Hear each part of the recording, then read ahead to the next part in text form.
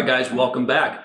Hopefully you guys have worked on your testimony, kind of got an idea of what it sounds like, what you wanted to share with each other today. You're going to be practicing it with each other today. Today I want you to practice active listening from last week. I'm going to share a little bit of mine. So you ready? Here it goes. I was a young kid. I grew up around the corner from Christian church in the Wildwood. And back then our preacher used to come knock on doors. And at some point my family decided we were going to go to this neat little Visqueen tent in the woods. And from there on, I remember seeing and being around a lot of people that just looked differently than the people around me. They looked different than the people I would go to school with. It looked different than my family. And I knew I had to be like them, kind of like your story of you just noticed something different in the people around you. Well, it wasn't too long. I started hearing about this guy named Jesus, and people, adults from everywhere, just started pouring into my life and just talking about the beauty of knowing Jesus. And I can tell they meant it. I can tell they felt that way because they were just different. Well, I was about 9 years old, and I decided something was definitely missing in my life. I realized that the things around me didn't look the same, and I felt better when I was at church. And I don't want to glorify church too much, but I certainly seen where a lot of different people were coming here and were spending a lot of time here. And so I remember giving my life to Jesus that summer, and I got baptized. And I want to encourage you guys about something. It doesn't always look like a beautiful story after that happens right away. Sometimes there's issues that come up, things happen. Something happened in my family life, and I remember going through a season where I was angry with God. And I want to encourage you that that's okay. God's a big boy, and he can handle you being angry with him. But he was right. So I started to do things like the world did, and I kind of rebelled, and I didn't have a parental structure at that time in my life to kind of bring me back in. And I started to separate myself from people at church and people that knew who Jesus was. But I remember something weird. I couldn't quite sin the way the rest of the world did. When I would go out and party, I couldn't quite drink the way they did. And I couldn't swear the way they did. It just kind of felt icky. I didn't feel like it was a fun thing to do. And I couldn't do all the things of this world quite right. But I did anyway. I had that anger with God for a while. And I remember several years later, I met my wife, and we had got married. And at some point down the line, we got pregnant. And I remember talking to my wife one day and thinking, you know what, if we're going to mess up our own lives, that's one thing. But at some point, we should allow our children to have a better opportunity. And so we came back to Christian church in the Wildwood. Funny thing is there, I started to see the people that I was attracted to early on. I started to see those differences again. And I wanted to be like that. And so I remember recommitting my life and kind of getting back to the way things were all along and the way God made me to be. And so the funny thing is, through all that mess and all the disaster that I caused and all the pain and the stuff for the people around me, God never gave up on me, and he was there. And I'm just looking back on it. I remember him getting me out of tough spots, and I didn't even realize it was happening. And I remember him still loving me right where I was at and encouraging me to not be that way and to do those things that I was doing. The interesting thing about it was all God all along. He was all his glory. And at the end of the day, he's got me in a spot now where he's using me to speak into the lives of others. And it's amazing sometimes to look back on it at the person I was and the person I am now. And only God pulls that miracle off. And so at the end of the day, all the glory goes to God. And he's using even a train wreck like I was to share the good news of Jesus.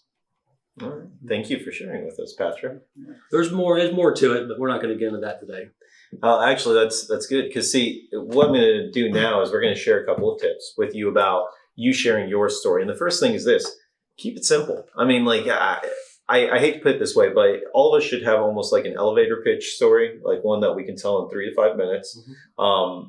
And sure, there might be a lot more going on. I mean, you didn't tell us about all the details about right where you were born and, every little detail along the way. You skip through some of that stuff, and that's fine. That's fine. Keep your stories simple. There will be opportunities to share further at some point. And if people ask you questions at that point, then you can expand, but start with something simple. In fact, when you're practicing today, the goal is to share your stories in 3 to 5 minutes, just like Patrick did. So that's the first tip. Second tip is this: don't glorify the sin in your story. Patrick referred to it as icky.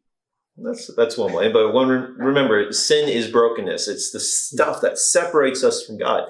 And I have heard people tell their stories and treat sin like the good old days. Like where they look back on it and they say, oh yeah, like I did this and this and this, and there's a smile on their face. And it says, God makes it clear, sin is something that God hates. Right. He does not have any desire to have that in your life or in his presence. And so as Christ followers, we need to look on sin as what it is. And in your story, make sure that sin it's not getting the glory. Right. Yeah, I noticed, Patrick, in your story, like opportunities for on-ramps. Like I could have approached you as an unbeliever whose life is a train wreck.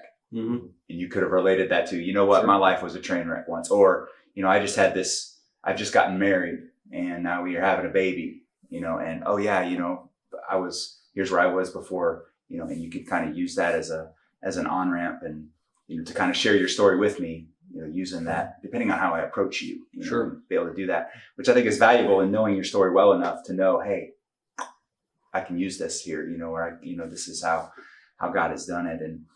And sin is ugly and it does mess our lives up. Mm-hmm. Some people don't struggle with sin, or they don't think they do. They have it all together.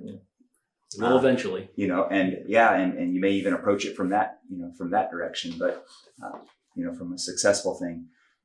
I think it's important for us to remember, no matter where we start, or no matter where that on-ramp begins, and no matter, and to understand your story along the way, is to come to as quickly as possible and as often as possible back to God, back to giving glory to God for every step along the way. Mm-hmm. I didn't understand, but then I did, and God revealed himself in this way. That's kind of a Bible word, but how you give glory to God in every instance along the way.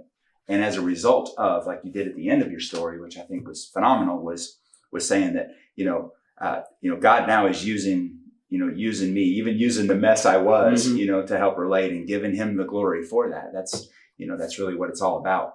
And pointing constantly to, a lot of people have this big idea of God. Well, of course they believe in God, but to bring it back to not just God in some ambiguous, but Jesus. Mm-hmm. Look, it was literally the love, the story, the transformational power of Jesus Christ and his word in my life that moved me from who I used to be to who I am now. Yeah. Jesus made all of the difference. Yes. He did it by coming to earth and giving his life for us, specifically for me. On the cross, my sins were forgiven, and I had to believe in that, and I finally did.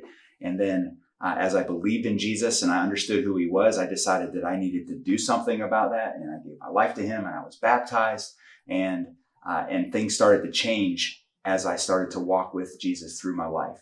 You're giving glory to God, pointing to Jesus, sharing the good news, we call it the gospel, all along the way, and not taking any of the credit for yourself, which is super important, and be able to explain that, without Jesus, you'd still be a mess. Yeah. He does all the work. He does all the changing. Yeah, and the good news of Jesus and the result of that. And it's a continuing journey too. And it's so important to remember that.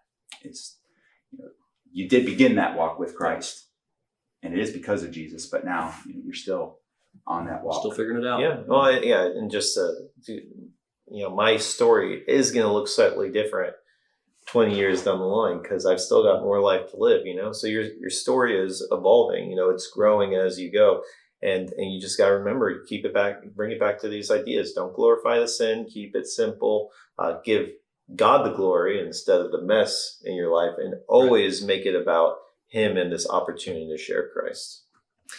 And we have a challenge for you.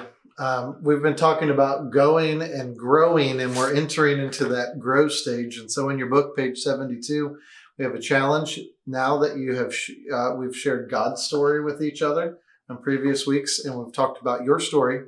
Now we're going to start to talk about discipleship and what the cost of discipleship is. So in your book, there's some verses provided for you. You've got a couple pages of some verses to look up and to write what Jesus' actions were based on the things that you read. So we'd like you to take some time this week and complete that challenge and bring it back with you next week.